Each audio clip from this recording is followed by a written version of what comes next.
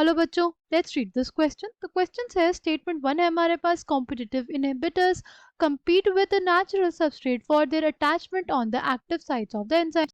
Statement 2 क्या है हमारे पास, in competitive inhibition inhibitor binds to the allosteric sites of the enzyme. Option 1 है हमारे पास, both statement 1 and 2 are correct. Option 2 है हमारे पास, both statement 1 and statement 2 are incorrect. Option 3 है statement 1 is correct and statement 2 is incorrect. Option 4 है statement 1 is incorrect and statement 2 is correct, right? The key concept for this question is competitive inhibitors. आखिर क्या होते हैं हमारे पास competitive inhibitors? See, competitive inhibitors are basically those drugs which compete with, ऐसे drugs जो compete करते हैं किसके साथ, compete with the natural substrate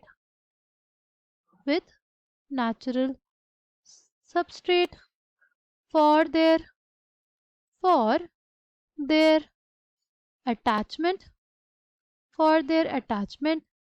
at the active sites of the enzymes. उन्हीं को हम लोग कहते हैं कॉम्पिटिटिव इनहिबिटर्स, राइट?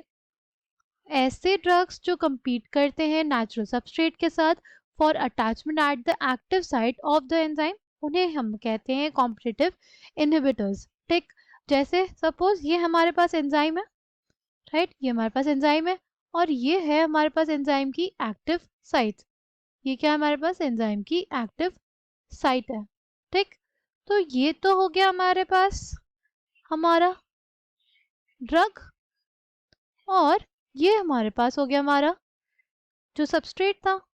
अगर ड्रग नहीं होता तो क्या होता, तो हमारे पास सबस्ट्रेट जाता और एक्टिव साइट पे अटैच हो जाता.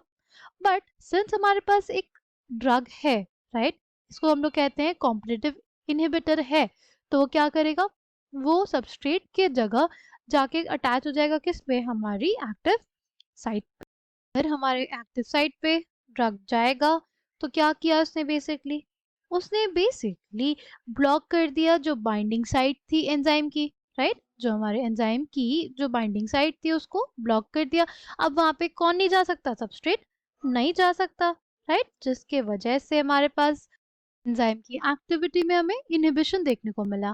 ठीक, अगर बात करते हैं स्टेटमेंट 2 की, तो स्टेटमेंट 2 क्या दिया हुआ है, स्टेटमेंट 2 दिया हुआ है कि in competitive inhibition inhibitor binds to the allosteric site of the enzyme.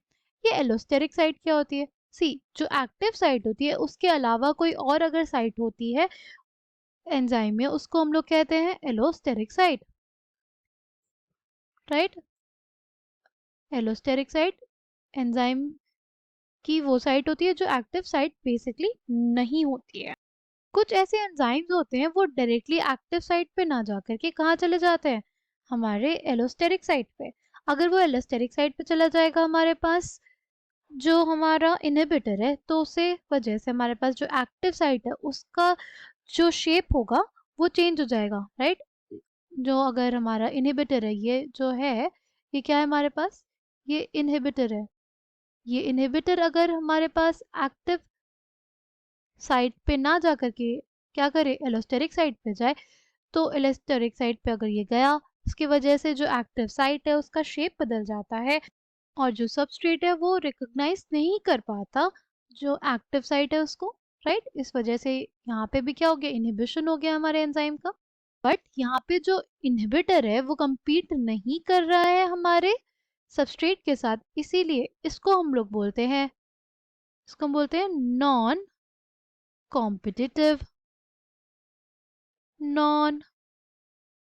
Competitive inhibitor. जो नॉन कॉम्पिटिटिव इनहिबिटर होता है वो बेसिकली शेप चेंज कर देता है एक्टिव साइट का after binding at the allosteric site. तो coming back to the question, statement 1 है competitive inhibitors compete with natural substrate for their attachment on the active sites of enzymes. ये जो statement हमारे पास correct है. Statement 2 की बात करें, in competitive inhibition inhibitor binds to the allosteric site of the enzyme. ये जो स्टेटमेंट है वो गलत हो जाएगा. ये हमारे पास किस में होता है? नॉन कॉम्पिटिटिव इनहिबिशन में होता है. ठीक, एलोस्टेरिक साइट पे इनहिबिटर का बाइंड होना किस में होता है? नॉन कॉम्पिटिटिव इनहिबिशन में होता है, ना कि कॉम्पिटिटिव इनहिबिशन में. कॉम्पिटिटिव इनहिबिशन में हमारे पास जो हमारा सबस्ट्रेट है, नेचुरल सबस्ट्रेट, वो compete करता है इनहिबिटर के साथ. तो स्टेटमेंट 1 हमारे पास करेक्ट हो जाएगा, स्टेटमेंट 2 इनकरेक्ट हो जाएगा. तो correct answer for this question will be option 3. I hope you understood it well. Thank you and all the best.